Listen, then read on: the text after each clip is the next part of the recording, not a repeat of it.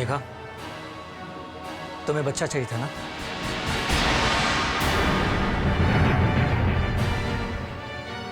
ये लो, बच्चा तुम्हारी गोद में है।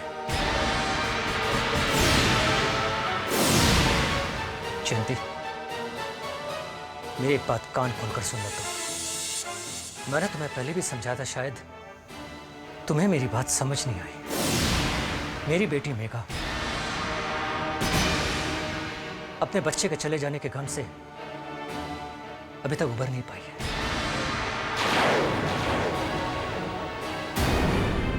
अगर तुम मेघा का साथ नहीं दे सकती हो तो इसे दुख पहुंचाने का तुम्हें कोई हक नहीं।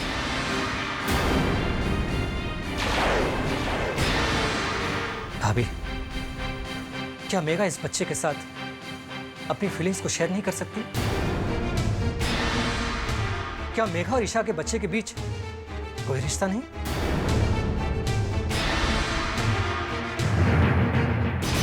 क्या मेघा अपने दुख को बुलाने के लिए कुछ पल इस बच्चे को अपने गोद में नहीं खिला सकती? आप लोग सब इस बच्चे के जन्म से इतने खुश हैं कि मेघा के दुख की आवाज किसी को सुनाई नहीं देती।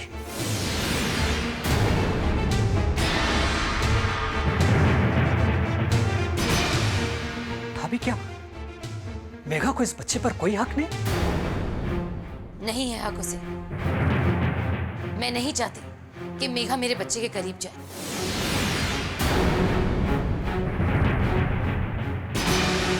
मैं तो ये भी नहीं चाहती कि मेघा की परछाई भी मेरे बच्चे पर पड़े। अविनाश, तुमने हमें हमारी मर्यादा तो बता दी, लेकिन अपनी बेटी को किस दायरे में रखना है वो भी तुम देख लेना। मुझे तो लगता है अपनी बेटी के गम में तुम अपने होशो हवास में खो बैठे। जयंती, मैं बिल्कुल होश में हूं। जयंती, कावेरी, अविनाश, इस वक्त मैं इस घर की सबसे बड़ी हूं और ये मेरा फैसला है। मेघा के साथ अब कोई बदतमीजी से पेश नहीं आएगा। आखिर मेघा का भी इस बच्चे से कोई ना कोई रिश्ता तो है ना।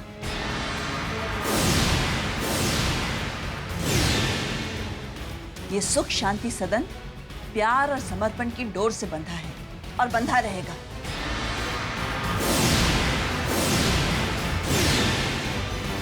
इस तरह की हरकत मैं फिर से नहीं देखना चाहती।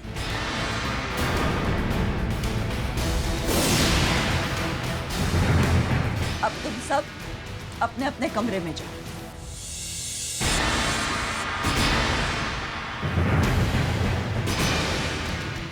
जाओ।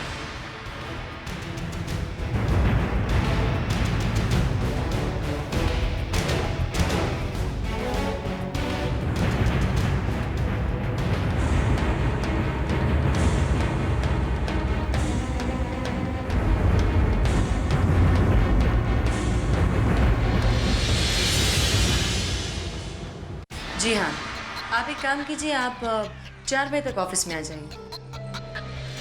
Okay ma'am. मोहन, आप बोलो, क्या बात है जो तुम मुझे फोन पर नहीं बता सकते थे? मैम, बात ही कुछ ऐसी है, अगर आप अकेले में बात करें तो। इनके सामने कह सकते हो, बोलो। मैम, बात यह है कि राकेश जी ने अपने लिए कंपनी के पैसों से एक महंगी लग्जरी कार के लिए ऑर्डर किया है। ठीक है मोहन, तुम जाओ।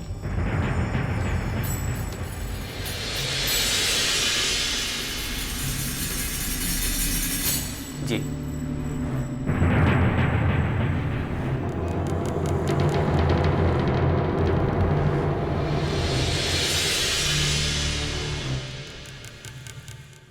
देखा श्वेता, देखा तुमने?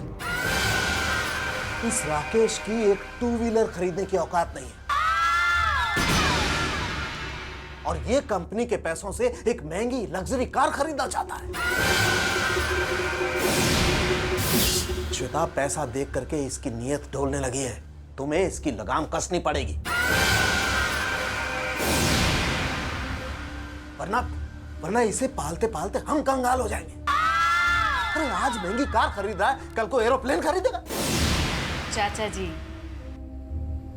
आपको क्या लगता है कि श्वेता ने कच्ची गोलियां खेली? राकेश भैया सिर्फ तब तक मेरे साथ हैं जब तक अविनाश मेरा नहीं हो जाता। उसके बाद मैं उन्हें ऐसे बाहर निकालूंगी जैसे दूध में से मक्खी। तब तक उन्हें ये झूठे सपने के सहारे जीने दो। बस अविनाश के आने की देरी है। तो कहाँ है तुम्हारा बच्चा? हाँ, लेकिन तेरा बच्चा तुझे छोड़कर चला गया। अपनी बुरी नजर उस बच्चे पर मत डालना।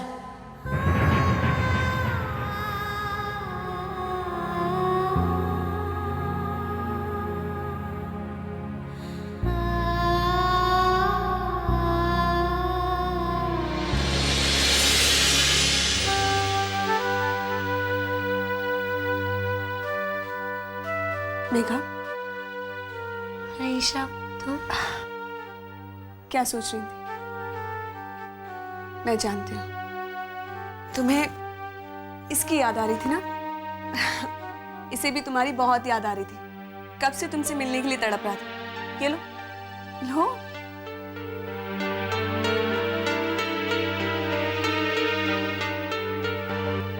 तुम्हारी गोद में आकर कितना खुश हो जाता है, मानो तुमसे इसका गहरा रिश्ता है। हाँ,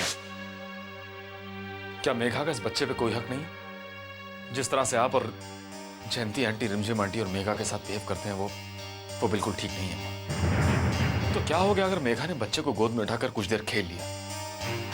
कम से कम आपको तो मेघा के दर्द को समझना चाहिए ना।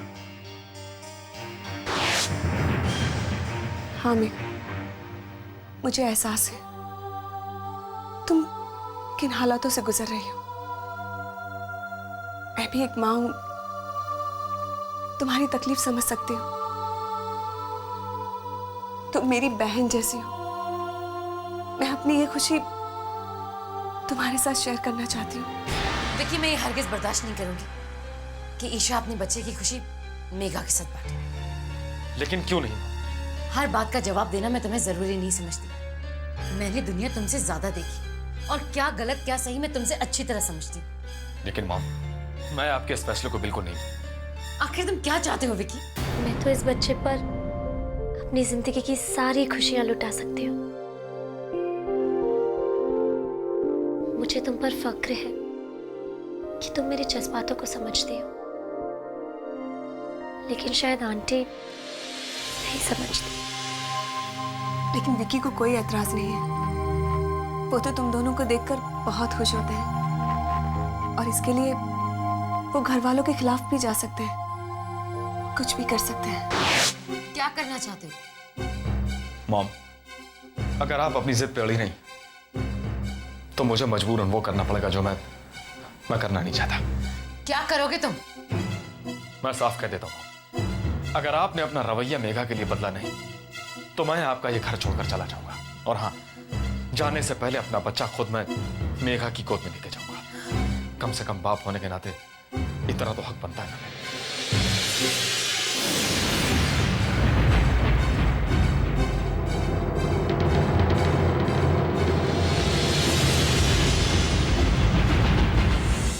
नहीं बेटा, ऐसा मत सोचो। मेघा का बच्चा ईशा की गोद में डालने का हमारा मकसद था कि मेघा की जिंदगी को एक नई शुरुआत मिले और ईशा की जिंदगी खुशियों से भर जाए। लेकिन माँ, ऐसा भी तो नहीं हो रहा है। हम मेघा को एक नई जिंदगी देने के बजाय उसी से उसकी जिंदगी छीन रहे हैं। कभी कभी तो मुझे ऐसा लगता है कि मैं मेघा और ईशा दोनों को यह सच्चाई बता दूं। नहीं बेटा, ऐसा कभी मत करना। इससे तो घर के हालात और भी बिगड़ जाएंगे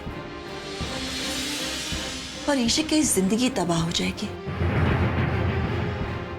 बेटा, अगर हम चाहते हैं कि मेघा की जिंदगी फिर से शुरू तो तुम्हें ये सच्चाई हमेशा दिल में छुपा के रखनी होगी और मेघा का ध्यान डाइवर्ट करना होगा। लेकिन माँ, ये भी इतना आसान नहीं है। अपने दिल पर पत्थर रखकर मुझे ये राज अपने तक रखना होगा। लेकिन ये राज के साथ जीना मेरे लिए भी मुश्किल है माँ, बहुत मुश्किल है। अविनाश, तुम पर क्या बीत रही है मैं समझ सकती हूँ। तुमने हमेशा दुख की घड़ी में हमारा साथ दिया है, हमेशा एक पिता और बेटा होने का धर्म निभाया, और एक मेरा बेटा है जिसने अपनी खुशहाल जिंदगी के तलाश में हम सबको मझधार में छोड़ दिया। मेरा बड़ा बेटा राकेश।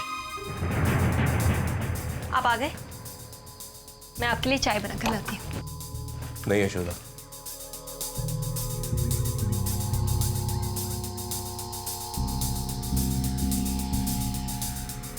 क्या बात है राकेश, आप परेशान लग रहे हैं। देखिए, अगर बिजनेस की कोई टेंशन है तो प्लीज आप चिंता मत कीजिए। यशोदा, अगर बिजनेस की कोई प्रॉब्लम होती तो कोई बात नहीं थी, लेकिन क्या? मुझसे बहुत बड़ी भूल हो गई यशोदा, बहुत बड़ी भूल। पता नहीं मैं इस बात को पहले समझ क्यों नहीं पाया। कौन सी बात? यही कि मैंने श्वेता की बात पर भरोसा किया। मैंने श्वेता की बात पर भरोसा किया।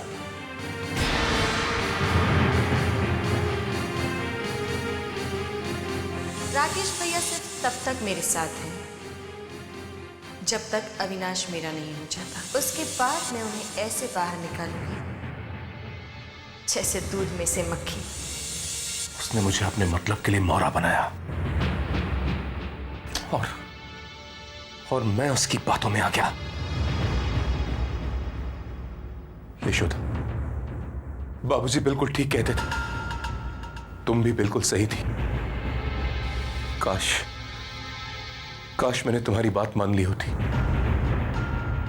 उस घर में पैसों की कमी जरूर थी, लेकिन प्यार और अपनेपन की कोई कमी नहीं थी। यहां सब कुछ है, फिर भी हमारा कुछ नहीं है, और मेरी वजह से तुम्हें भी क्या कुछ नहीं सहना पड़ा यशोदा। अब तो मुझे खुद से शर्म आ रही है। नहीं राकेश, आपको अपनी गलती का एहसास हो गया है, इससे बड़ी बात और क्या हो सकती है। अगर आप यहाँ नहीं रहना चाहते तो हम अभी इसी वक्त अपने घर वापस चलते हैं। नहीं यशोदा, श्वेता को उसके किए की सजा दिए बगैर मैं कहीं नहीं जाऊंगा। राकेश, हमें ऐसा करने की क्या जरूरत है? अगर हम ऐसा करेंगे तो उसमें और हमें क्या फर्क रह जाएगा? नहीं यशोदा, नहीं। अगर श्वेता को उसके किए की सजा नहीं मिली तो वो फिर से हमारे परिवार के किसी सदस्य को मौरा बनाकर उसका इस्तेमाल करेगी, और ये मैं अब होने नहीं दूंगा।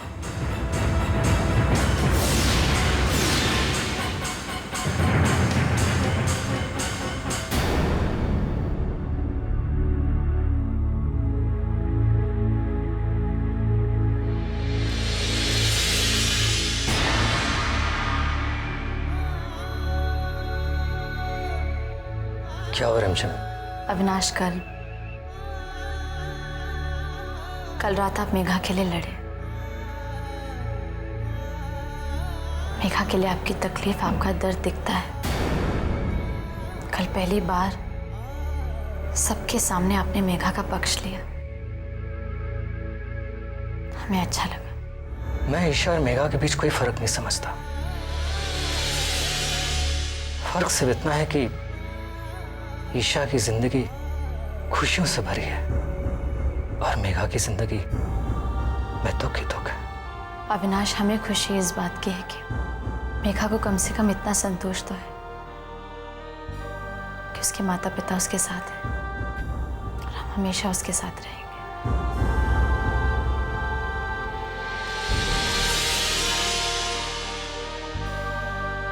रिमझिम, तुम मुझे एक अच्छा पिता समझती हो, लेकिन जब तुम्हें ये पता चलेगा कि मेघा के इस दुख का जिम्मेदार मैं हूं, तो तुम क्या सोचोगी मेरे बारे में?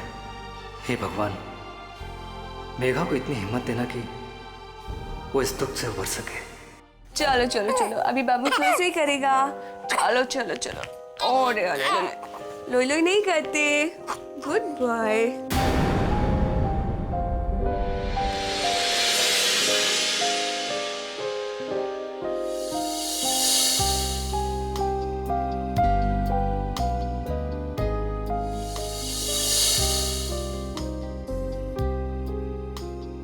ईशा, अरे मेघा आओ।